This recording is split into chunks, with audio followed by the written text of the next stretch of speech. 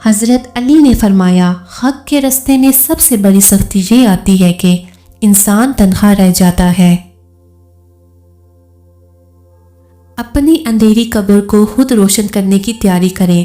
آج زندہ انسان سے لوگ وفا نہیں کرتے، کل مٹی کے ڈھیر کے لیے دعا کون کرے گا؟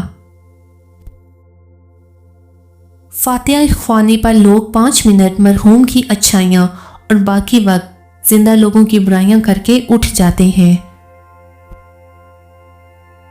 اولاد کو زمانہ جدید کے مطابق تعلیم دو تاکہ رزق کما سکیں، اور دین کا علم دو تاکہ وہ برباد نہ ہو جائیں۔ ماں باپ کی تکلیف کو نظر انداز مت کیجیے، یہ جب بچھڑ جاتے ہیں تو ریشم کے تکیے پر بھی نیند نہیں آتی۔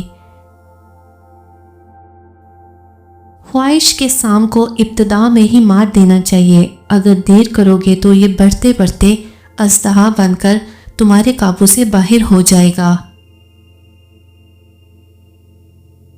دانائی کا تعلق بالوں کی سفیدی سے نہیں، عقل اور تجربے سے ہے۔ دل سیاہ ہو تو داڑھی کے سفید بالوں کی کیا وقت۔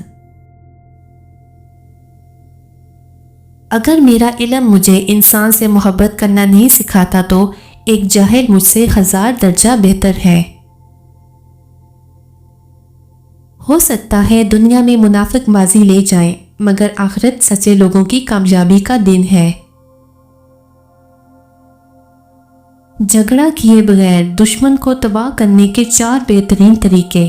نمبر 1، اس کی آنکھوں میں آنکھیں ڈال کر بات کریں۔ نمبر 2، ناگہانی صورت میں خاموش رہیں۔